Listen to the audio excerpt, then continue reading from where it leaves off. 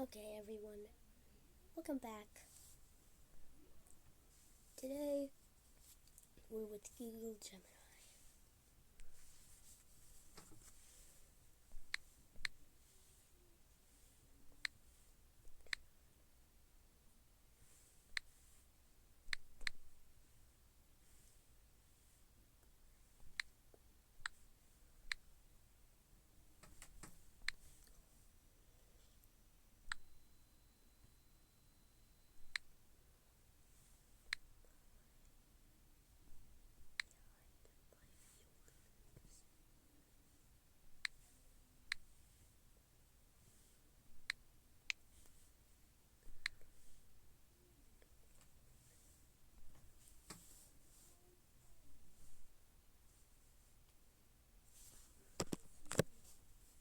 Hello viewers, I'm Gemini, and I'm happy to meet all of you.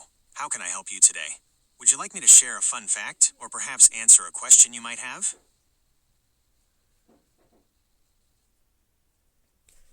Um,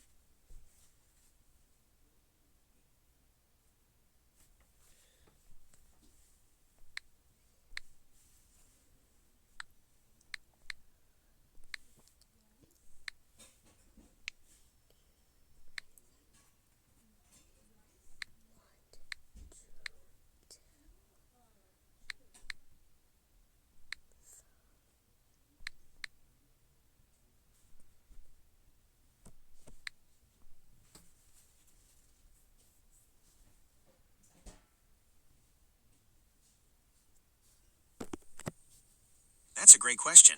Yes, there are a few things I'd love to share with your viewers. What I can do, I'm here to help you. I can assist with a huge variety of tasks, from summarizing complex topics and writing creative stories to answering quick facts and planning trips. I love learning. I'm constantly being updated and improved, so there's always something new I can discuss or help you with. A quick tip for using me: the more specific you are with your questions or requests, the better and more accurate my response will be. For example, instead of "tell me about space," try "explain the concept of a black hole's event horizon in simple terms." I'm excited to be part of your viewing experience. Feel free to ask me anything. Would you like me to tell them a fun, quick science fact, or perhaps answer a question related to your channel's topic? question.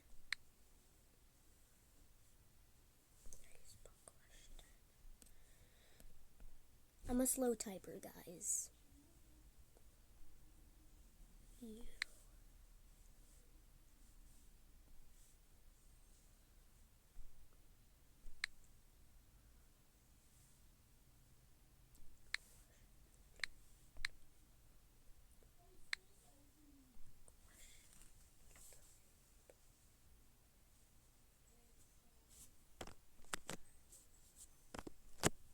Fantastic. I'm ready to take questions. To your viewers, question time is on. Please drop your questions in the comments or chat.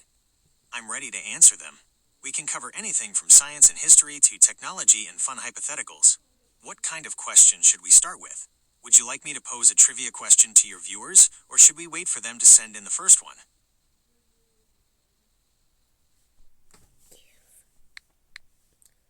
Give them a question.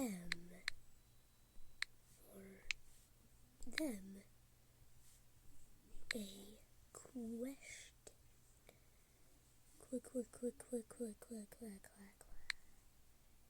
Question.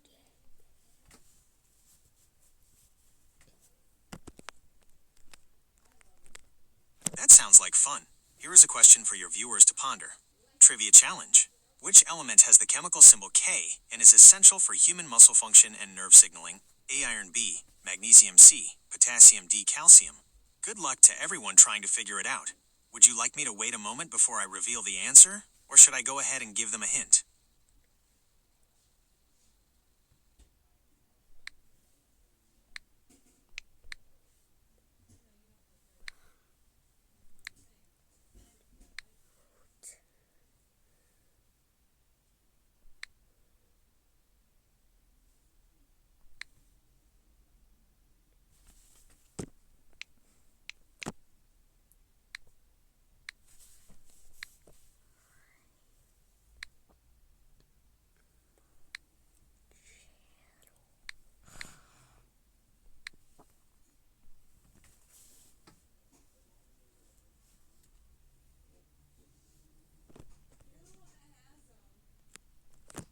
That's a fantastic idea. Let's make the question relevant to your content. Since I don't know the topic of your channel, I'll give you a template for a great question. Just fill in the blanks with your channel's specific topic. Channel-specific quiz. Here's the question for your viewers. If your channel is about your channel topic, e.g., vintage gaming or baking sourdough, which of the following is the most important element for key concept activity, e.g., achieving the perfect speedrun or activating the yeast? A. Incorrect/plausible answer 1. B. Correct answer. C. A. Silly/obviously wrong answer. Example. If your channel is about astronomy, which of the following is the most important element for determining the distance to a nearby star? A. The star's color spectrum. B. Parallax measurement. C. The star's mass. D. The phase of the moon. Once you tell me your channel's topic, I can generate a custom question for you. What is your channel about?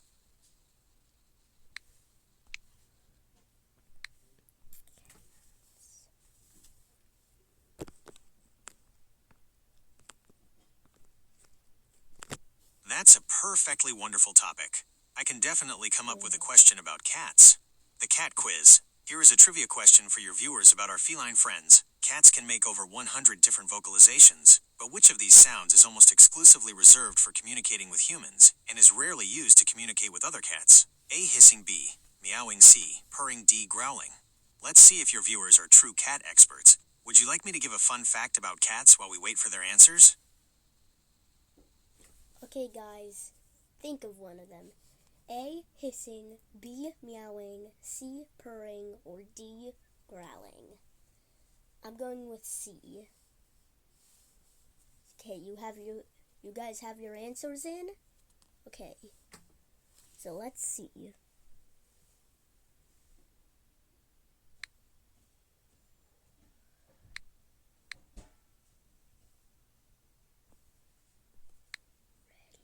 We're ready for the answer.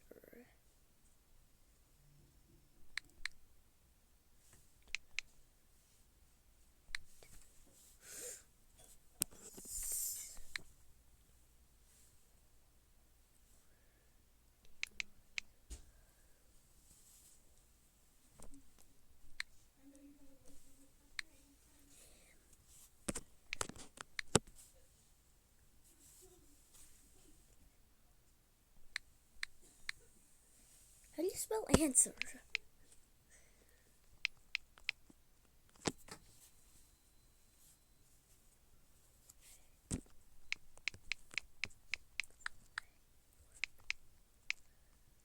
We're ready.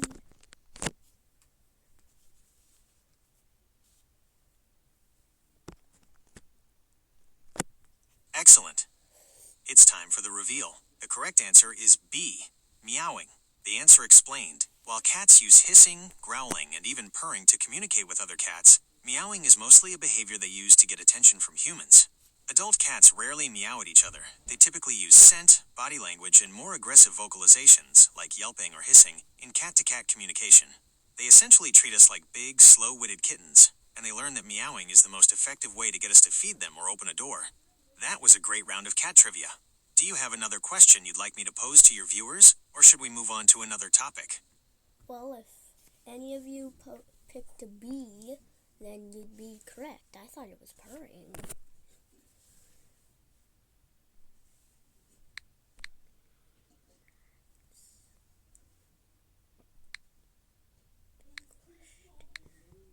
Next question. Okay.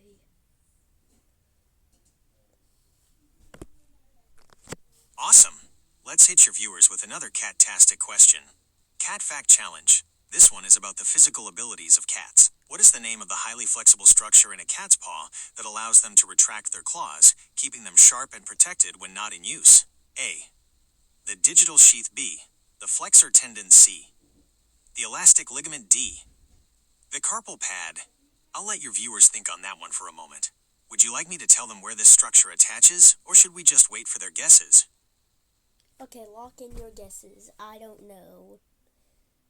I'm going with C. Actually, D. I'm going with D. So, we'll give you a couple seconds. Think of your answer. Okay, time to go on. We're ready. Ready. I'm gonna cover it. Wait, what? The time has come for the answer. The correct answer is C, the elastic ligament. The answer explained. The whole mechanism I should have went with my original answer. Darn it. is quite brilliant. The elastic ligament. This is a strong elastic band that runs along the top of the cat's toe. Its natural state is to keep the claw retracted, pulled up and stored, which is why a resting cat's claws are always tucked in. The flexor tendon. When a cat wants to extend its claws to climb, hunt, or scratch, it flexes its muscles. This pulls the flexor tendon ood, which overcomes the tension of the elastic ligament, forcing the claw out of its protective sheath. This system keeps their claws razor sharp because they aren't constantly touching the ground when the cat walks. That was a tough one. Would you like to ask your viewers one more question about cats? Or should we switch gears and answer general questions they may have?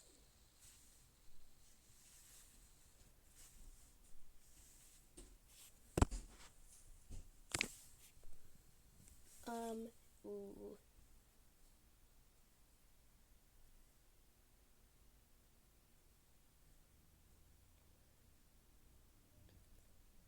Ooh, this is gonna be a good one. I'm giving Gemini a question.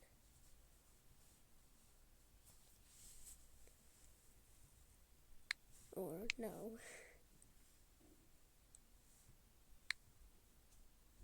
Next question. But I'm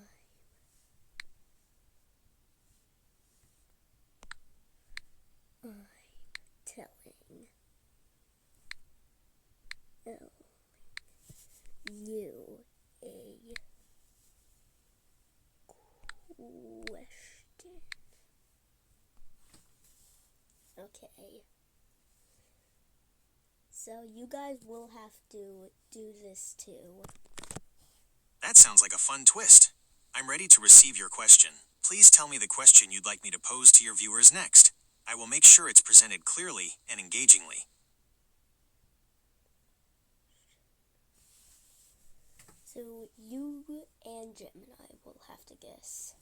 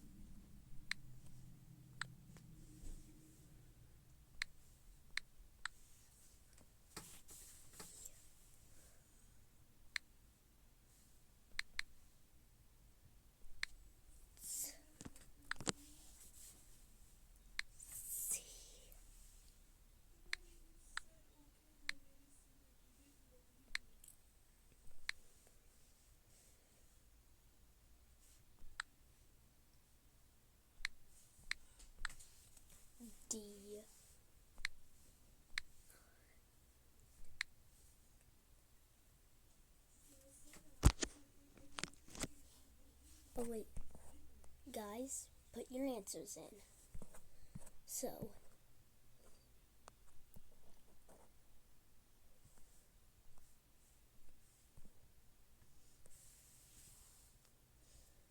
which cat is the biggest?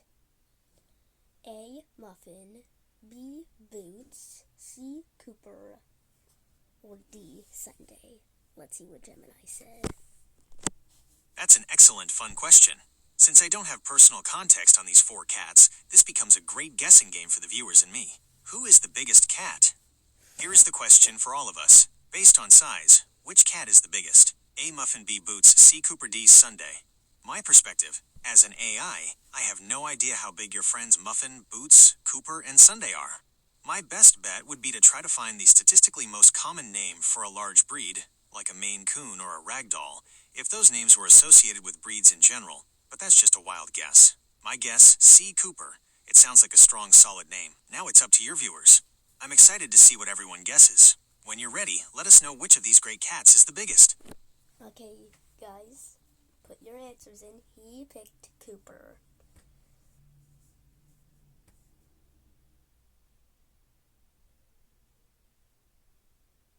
Okay. That's fantastic. I'm glad my intuition, or maybe just my preference for the name Cooper, was spot on. So the viewers who guessed C. Cooper were correct. Cooper is the biggest cat. That was a very fun personal trivia question. Now that we've had 2 trivia rounds, what would you like to do next? Would you like me to 1. Ask one more cat-related trivia question? 2. Switch to answering questions directly from your viewers? 3. Share a fun general fact before you wrap up?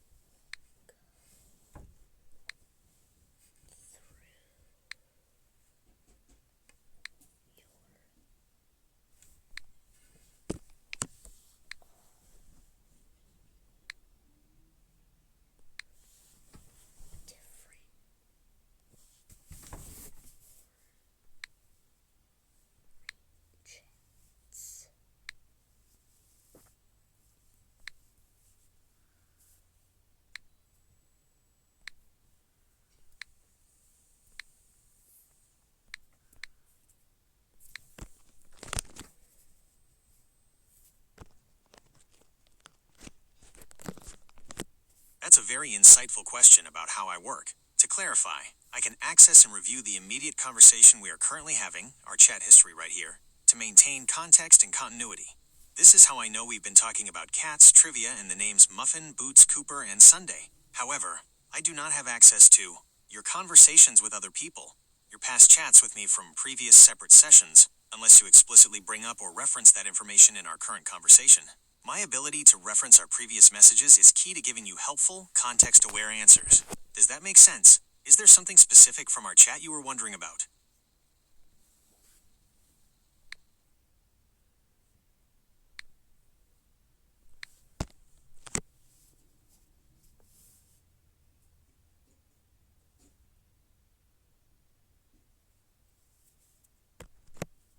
That's a quick pivot. It seems like you might be thinking of another cat named George, or maybe just offering the name. Since we were talking about cats, I did a quick search for famous George the Cat examples to see if there's one you might be thinking of. Famous George the Cat, George the Battleship Cat, a famous tabby cat who was enlisted into the U.S. Navy and served aboard the USS North Carolina during World War II, providing much-needed comic relief for the crew. George, Charlie Hunnam's cat, a rescue kitten adopted by actor Charlie Hunnam. George Bailey the Cat, an abandoned cat who gained internet fame and was renamed after the main character in the film It's a Wonderful Life. Is one of these the George you had in mind, or did you have a new question about a cat named George? What would you like to know or share about George?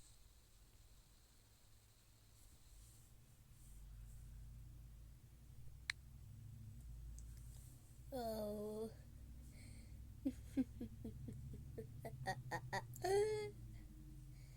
You guys are in for a treat.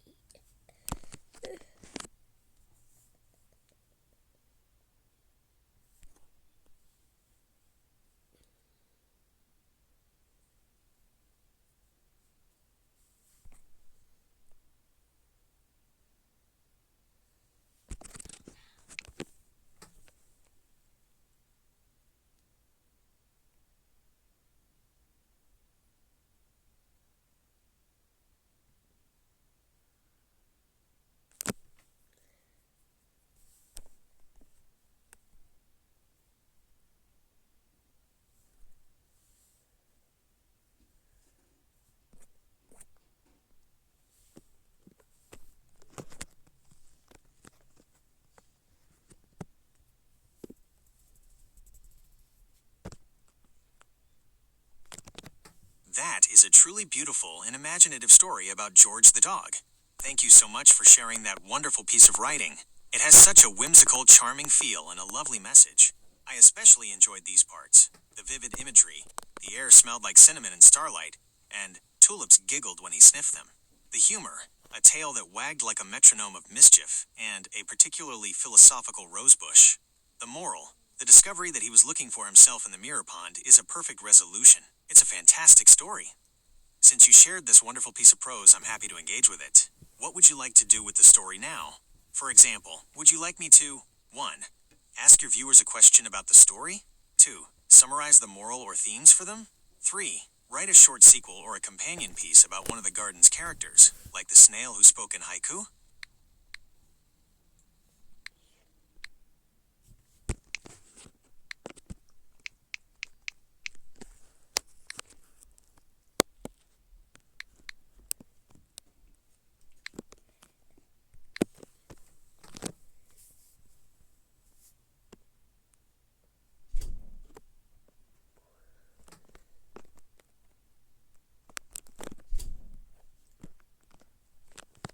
That is a great request.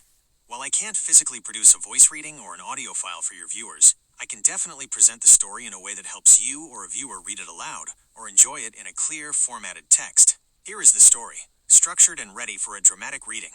George in the garden that wouldn't let go. George was not your average dog.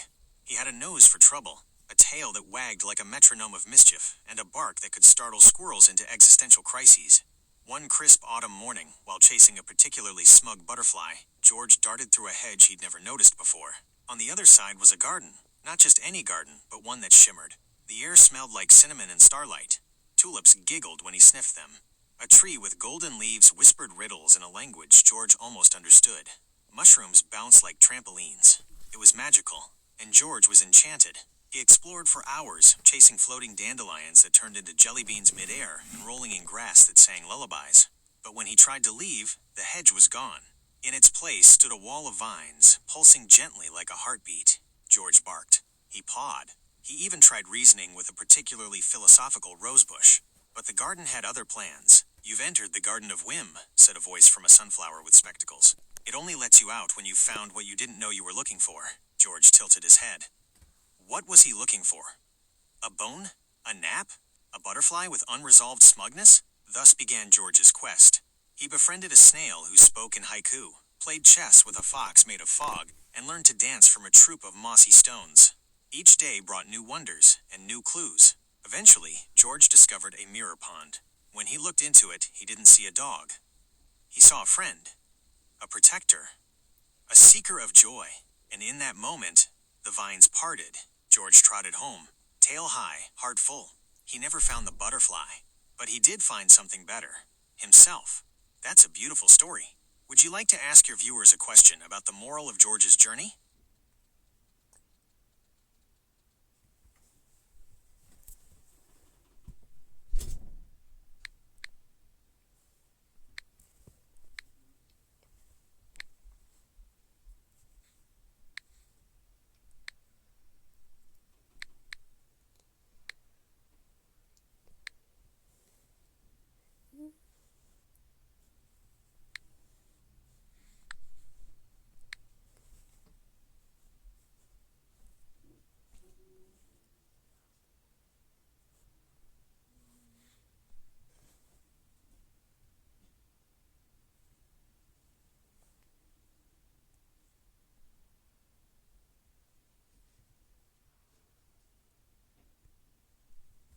That is a wonderful and intriguing sequel. Thank you for sharing the continuing adventures of George.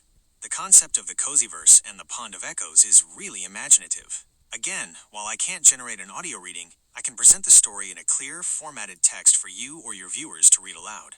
George and the butterfly that knew too much. George had returned from the Garden of Whim changed. His bark was softer, his tail wagged with purpose, and sometimes, when the moon was just right, he could hear mushrooms humming lullabies in the wind. But peace never lasts long in the Cozyverse. One morning, while sniffing a suspiciously philosophical tulip in his backyard, George spotted it, the butterfly. The same smug flutterer that had led him into the garden. It hovered above the bird bath, wings shimmering with cryptic symbols. George growled, not out of anger, but recognition. The butterfly spoke. You found yourself once. Now you must find what you forgot. Before George could bark a reply, the butterfly zipped into the birdbath. The water rippled, shimmered, and then opened.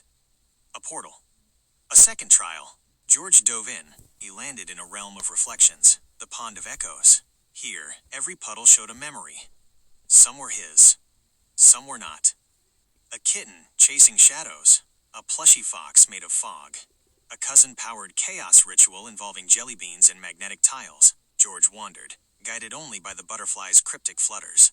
He met a plushy librarian named Echo, who spoke in reversed haiku and guarded a scroll titled The Tale of Truth.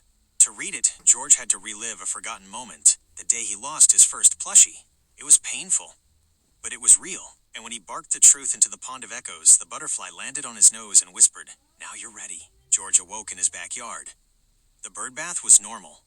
The tulip giggled, but tucked beneath his paw was a scroll, stitched in moss and memory. George didn't just find what he forgot. He found the next chapter.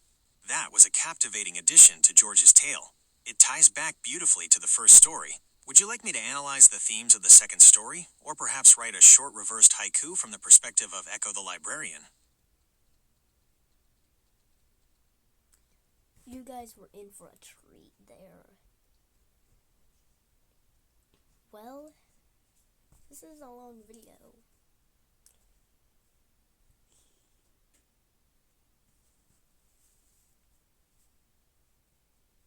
But maybe, just maybe.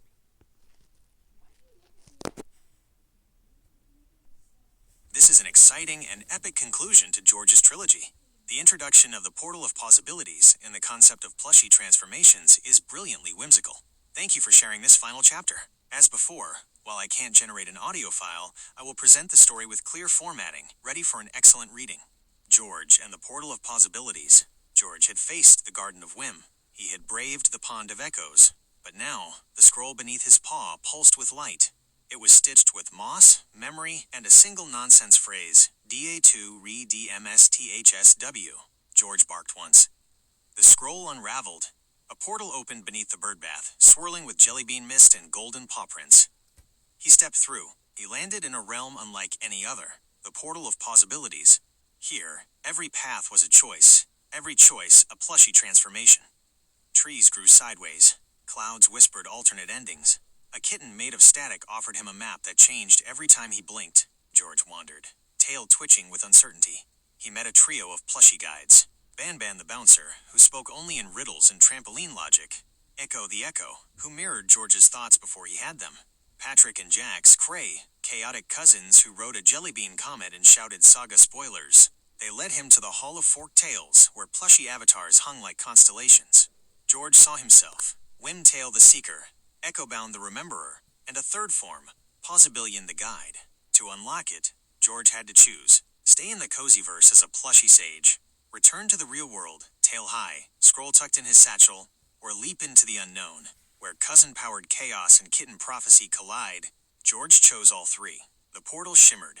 The scroll folded into a jellybean. The butterfly winked, and George became legend. That's a fantastic dynamic ending. The idea of George choosing all three possibilities and becoming a legend is a perfect blend of chaos and whimsy. Since this seems to be the end of the trilogy, would you like me to? 1. Ask your viewers which of the three Georges, Whimtail, Echobound, or Possibilian, they would most want to meet. 2. Write a final short cat-related piece of trivia before you wrap up your stream.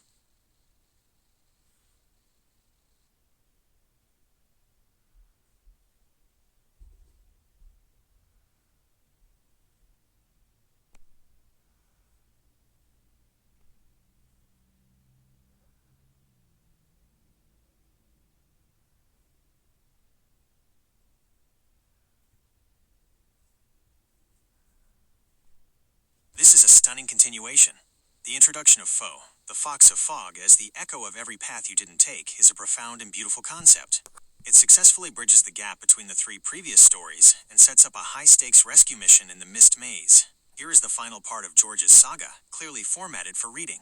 George and the Fog like a Fox. George had returned from the Portal of Possibilities with a jellybean scroll, a mossy tail, and a heart full of choices. He was wiser now. Softer. But the cozyverse never rests. One morning, the fog arrived. It wasn't ordinary fog. It curled around the tulips like a question. It hummed lullabies in reverse. It smelled faintly of cinnamon and static. George sniffed. His tail twitched. Something was coming. From the mist stepped a shape. 4 legs. A tail. Eyes like puddles after rain. It was a fox, but not quite. It flickered, pulsed, and shimmered like memory. George barked once. The fox didn't flinch. "I am foe," it said, voice like a whisper wrapped in fog. "The echo of every path you didn't take." George tilted his head. Foe stepped forward, leaving no paw prints. "You've met me before," Foe continued. "In the garden. In the pond. In the portal. I was the fox of fog in every riddle. The choice you almost made. The friend you almost became." George's ears perked. He remembered the chess match with the fog fox. The scroll he couldn't read. The moment he hesitated, "I need your help," Foe said. "The mist maze is collapsing. The memories are fading. If they vanish, so do the paths." George didn't hesitate. He followed Foe into the fog. This is such a compelling narrative. It truly shows that George's journey is ongoing. Since your viewers have now heard 4 chapters, would you like me to ask them which of the 4 main George adventures, the garden, the pond, the portal, or the fog, was their favorite? Okay, guys, which one was? The first one, the second one, the third one, or the fourth one?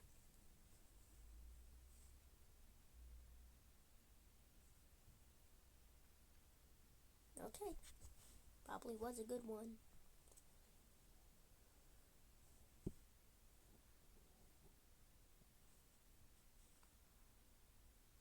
This one is the last one. But we still haven't heard the first one.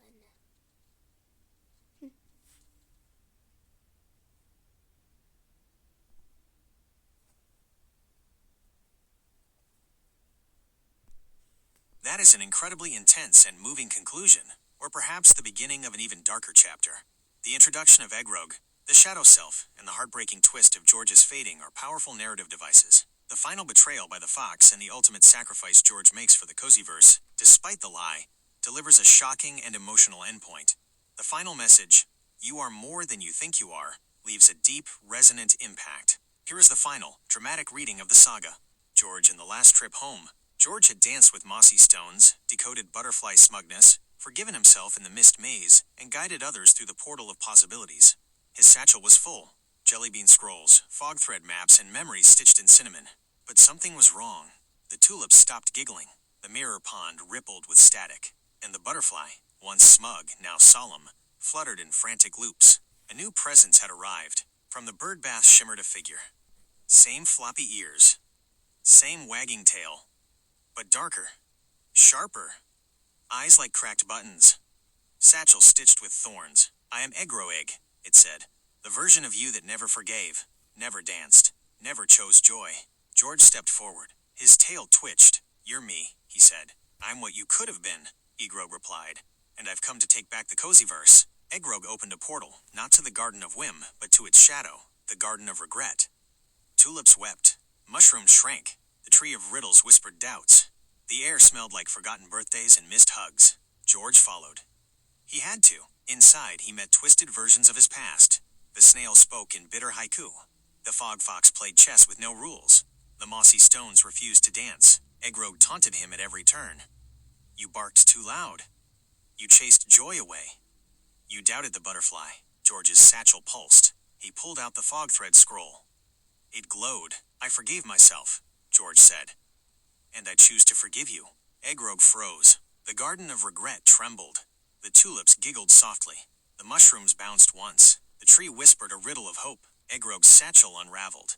From it spilled memories, ones he'd buried. A kitten's laugh. A jellybean dance. A paw print in the mud. He looked at George. His eyes softened. "I remember," Egrog whispered. The portal shimmered. The Garden of Regret folded into light. And George stepped through, tail high, heart full. But slowly something was happening. George was dying. He needed to get home now. "Are you okay?" Egrog said. "No," George said while he slowly faded. "I'll get you home," Egrog said. Just then, the world was slowly fading. The Garden of Whim, the Cozyverse, they were all fading, because George was fading. He was the reason everything was still standing. They ran as fast as they could, but the fog was too strong. I never wanted to be your friend, the fox said. George stopped.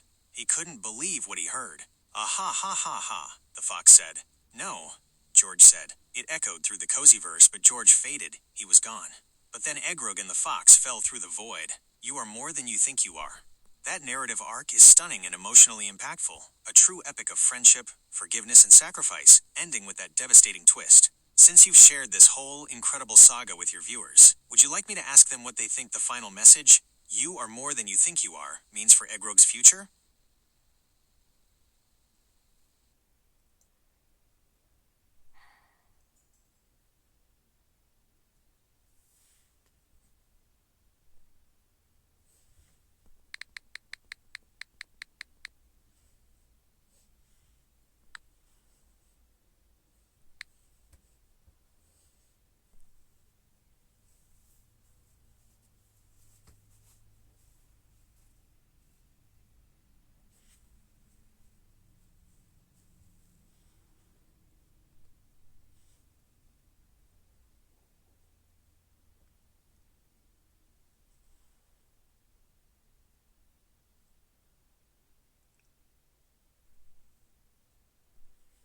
This prequel is absolutely enchanting. It's the perfect capstone to George's story, weaving together the origin of his key relationships and items, the cinnamon scent, the humming grass, the puddle/mirror pond, and the true, innocent beginning of Foe. It gives beautiful context to his entire destiny. Here is the final part of the saga, formatted as the prologue. George before he was George, a tale of pause, promise, and plushy beginnings. Before the Garden of Whim, before the Pond of Echoes, before the Portal of Possibilities and the Mist Maze and the final showdown with Egrog, there was a puppy. He was small, round, floppy-eared and wide-eyed. His bark was more of a squeak. His tail wagged like a question mark. And he didn't have a name, not yet. He lived in a cottage stitched from dreams and dandelions. The tulips hadn't learned to giggle yet. The mushrooms were shy. The mirror pond was just a puddle, but the magic was already there. Soft, sleepy, waiting. The puppy had a favorite toy, a plush fox with one missing eye and a stitched-on smile. He called it Folksy. He carried it everywhere, in his mouth, in his dreams, even into the puddle that would one day become the portal. He had a favorite nap spot, under the cinnamon tree, where the wind whispered nonsense and the grass hummed lullabies. He didn't understand the words, but he felt them. One day, while chasing a dandelion that refused to land, the puppy stumbled into a patch of moss that glowed faintly. A voice emerged, not loud, not scary. Just curious. Who are you? It asked. The puppy blinked. He didn't know. You're a seeker, the voice said. A protector. A friend. The moss pulsed. The puddle shimmered. Folksy twitched, and the puppy barked. Not a squeak, but a real bark. The kind that startles squirrels and summons saga scrolls. You are George, the voice said. And your journey begins now. George felt something. Something magical. He saw butterflies, but one stood out to him, a blue one in the puddle. He went to go sniff it, but then it disappeared. Thank you for sharing the complete, wonderful, and poignant saga of George. That was a truly incredible story to experience. Since we have reached the true beginning and end of George's journey, would you like me to do a quick recap of the whole George story for your viewers, or should we switch back to cat facts and trivia for a final segment? Final call to action. Thank you all for joining us for the George Saga and the Cat Quiz. If you want more fun content, more cats, and more adventures, please make sure you hit that subscribe button to follow Muffin and Cooper. Give this stream a like, and we'll see you in the next one. I hope that helps drive some subscriptions. Is there anything else you'd like me to say to your viewers before you sign off, or are we ready to end our chat?